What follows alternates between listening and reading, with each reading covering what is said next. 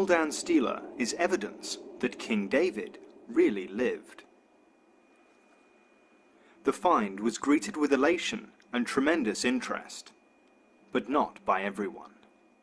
There were those who were skeptical, especially several scholars whose job it is to be skeptical after all. Some suggested the inscription was mistranslated, that DWD was not House of David, but rather DOD, which in Hebrew translates as beloved. But that criticism was easily dismissed because victory stealers boast of smiting and annihilating enemies rather than loving them.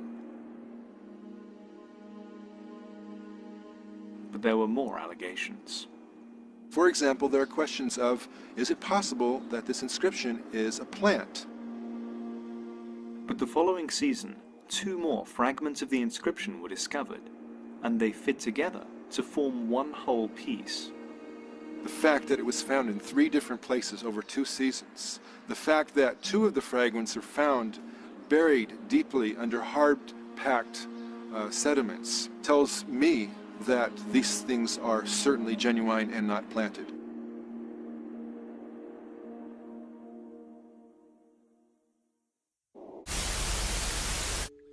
Call halal Yahweh, Ba'ashem Yahushai, Ba'ashem Akakwadash. Double honors unto the apostles and elders of Great Millstone who do rule well. Shalom to you of us who are hopeful. Shalom to the elect. Now, this segment of proof in particular, I want to say, should have come out a long time ago. Salakia, I apologize, but don't blame me, blame the Spirit. John 3:8, the wind bloweth where it listeth, and thou hearest the sound thereof, but canst not tell whence it cometh, and whither it goeth. So is everyone that is born of the Spirit. When the Spirit hits you, you can't tell when it's coming or from whence it came, because all things are done according to Yahweh's will, through the holy, holy meaning pure, meaning sanctified, meaning set apart from the rest, the Holy Spirit.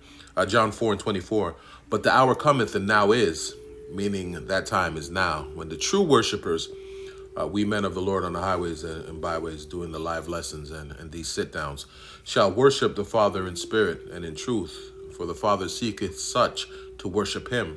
Yahweh is a spirit, and they that worship him must worship him in spirit and in truth. That being said, it is the Spirit that dictates. So let's go through some general history surrounding the stone. I found an article online that goes into the history and finding of the artifact itself. And simultaneously, we can go through some more scriptures, then go to the inscription's translation, then grab a couple more scripts and close out. The name of the article, I found it on the COJS website, the Center for Judaic Studies.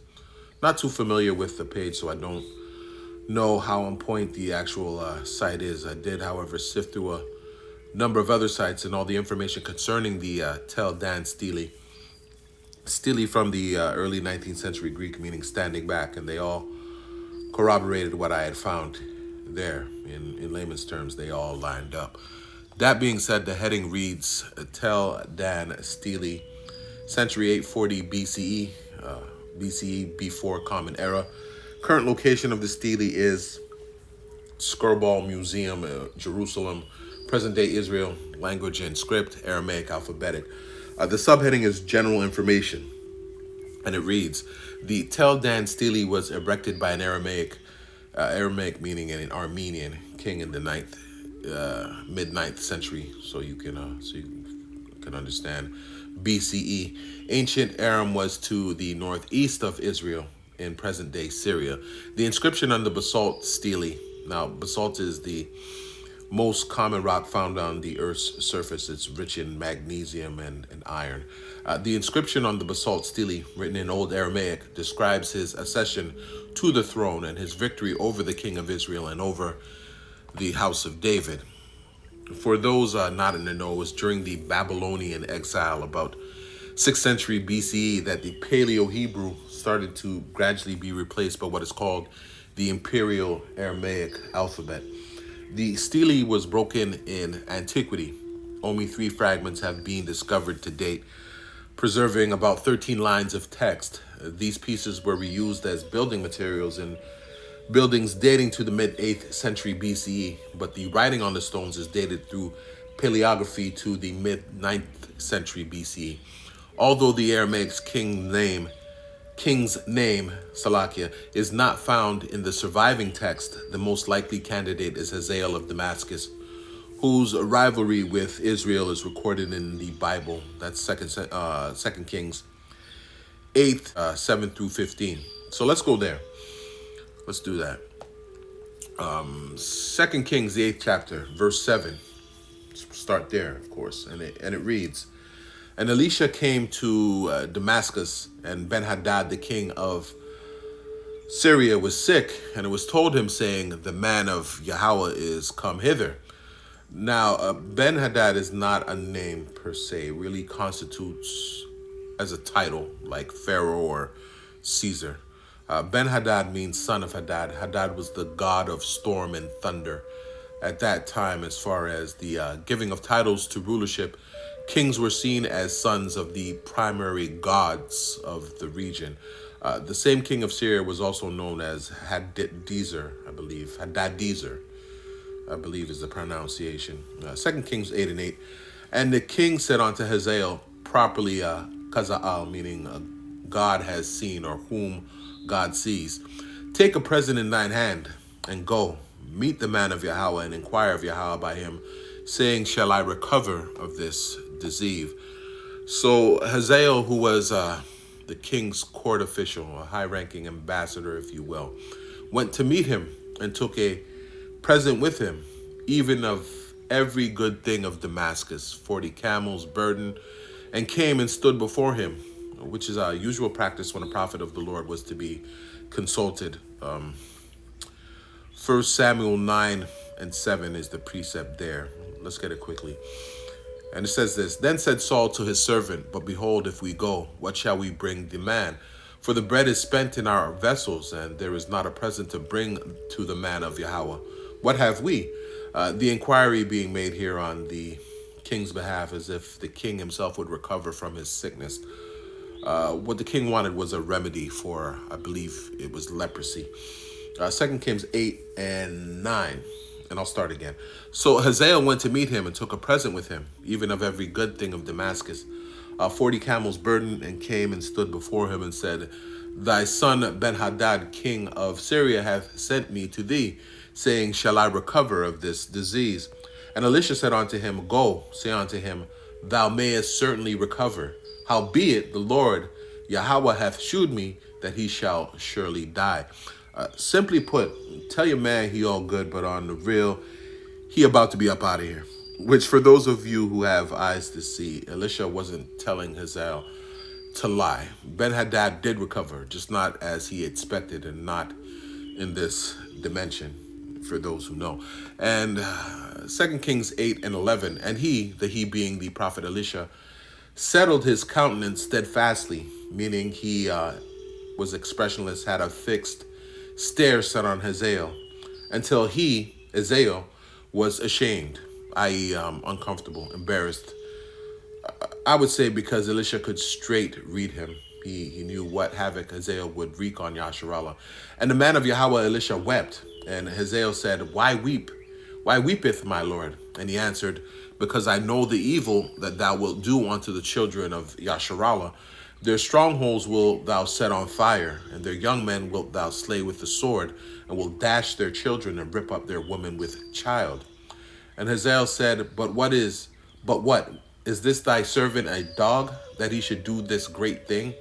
And Elisha answered, Yahweh has shewed me that thou shalt be king over Syria. So he, the he being Hazael, departed from Elisha and came to his master, who said to him, What said Elisha to thee? And he answered, He told me that thou, the he being Hazael, he told me that thou shouldest surely recover. And it came to pass on the morrow, the next day, that he, Hazael, took a thick cloth and dipped it in water and spread it on the king Ben-Hadad's face, so that he died, and Hazael reigned in his stead. And there you have it. King Hazael was set up as a whipping stick, if you will, because Jake, i.e. the kingdoms of Judah and Israel, were going off. He reigned for about 37 years, and evidence of his siege and the conquest were proven by the excavation of this stone. Proving Yahweh has a sense of humor, Hazael named his son after the king he ended up Xing out, Ben-Hadad, who had his hat handed to him 3 times by the king of Israel, which fulfilled another prophecy. But I digress. The next subheading is in the article is relevance to ancient Israel. And it says this: the most notable feature of the inscription is the use of the expression House of David in the Hebrew Bayath Dawadah in line 9, making it the earliest known extra-biblical mention of David and the dynasty he founded, which is why I had to apologize for taking so long to bring this proof out. But this is the Lord's movie, so here we have it. This is crucial for corroborating the biblical account, since many scholars have at least minimized the importance of the actual David, if not neglected him to fictional myth. The expression House of David is used repeatedly in the Bible for the Davidic dynasty. For example, 1 Kings 12, 19, 13, 2, Isaiah 7, 2, chapter 122, verse 5. It reigned over all Israel in the period of the United Monarchy, 10th century BCE, and over Judah during the divided monarchy until the capture of Jerusalem by the Babylonians in 586 BCE. The identification of the Aramaic king who authorizes Stele as Hazael fits well with the Bible's accounts. 2 Kings 10, 32 to 33, 13 to 3, and 22, and Amos 1, 3 through 4 of his frequent attacks on Israel. And I'll put those scriptures up in post. And the last heading here is called Circumstances of Discovery and Acquisition. Archaeologists under the direction of Avaram Baran, Abraham Baran, had been excavating at Tel Dan in the northern Israel for more than 20 years when the first fragment of the inscribed basalt stele, also the largest of the 3 discovered to date, was discovered in 1993. It was uncovered during a restoration project of the ancient gateway at Tel Dan that year, sitting on the surface by the side of the path toward the gate. In the following year, 2 additional smaller pieces of the inscription were found. And this was written by David Danzig. I didn't go into exactly who Mr. Danzig is, but that was the information that I actually pulled from, again, the COJS website. And if you brothers are interested, you can check it out yourselves. Now let's quickly go through the inscription, just for the purpose of edification, and then we'll close out. And so again, there's 13 lines here, and I'll just go through it for whatever they were able to, translate due to the status of the stone, if you will. And it says, and cut, and my father went up against him when he fought at, and my father lay down. He went to his ancestors, and the king of Israel entered previously my father's land, and Hadad made me king. And Hadad went in front of me, and I departed from the 7 of my kingdom, and slew 70 kings who harnessed thousands of chariots and thousands of horsemen or horses. I killed Jehoram, son of Ahab, king of Israel, and I killed Ahu, son of Jehoram, king of the house of David. And I set their towns into ruins and turned their land into desolation. Other and Jehu led over Israel, and I laid siege upon. And that's pretty much what they were able to transcribe from, because of the state of the script. Interesting to point out is another excerpt I came across that says more than a century after his death, Hazael still recognized David as the founder of the kingdom of Judah. Okay, and so all that being said, let's close out. I didn't intend for this to be too long. Let's go to Isaiah 45 and 8, and it reads, drop down, ye heavens, from above, and let the skies pour down righteousness. Let the earth open, and let them bring forth salvation, and let righteousness spring up together. I, the Lord Yahweh, have created it. So if not for the mercy of Yahweh B'Shem Yahushai, through the power and spirit, the truth of who we really are, we sons of Yahweh, we children of the living power, would have never been revealed and would have never been preached so far and wide. You see the reach of GMS second to none. These artifacts and relics being dug up from the earth that proves to the world, not us, 2 Corinthians 5 and 7, for we walk by faith, not by sight. We are led by faith, not what the other nations deem tangible. These are articles being excavated that prove Yahweh is what he says he is, the all in all that exists, is a testimony to you other nations and unbelievers. The Lord is real, the prophets are real. Matter of fact, they're here today, and the same wicked devil that lied to you and deceived you really can't deceive you anymore, because the true Israelites, we men of the Lord and the few sisters who follow Yahweh Ba'Shem Yahushai, like these relics being uncovered, are being raised up. And with that, I'll say, call halal Yahweh Ba'Shem Yahushai Ba'Shem Akakwadash, through the power and spirit. I hope you edified. Double honors unto the apostles and elders of Great Millstone who do rule well. Salutations to the hopeful elect. Remember, no yes, no yab, and damn sure, don't take that MOTB or FIDCHIP. Shalom, Yasharallah. Shalom to the elect.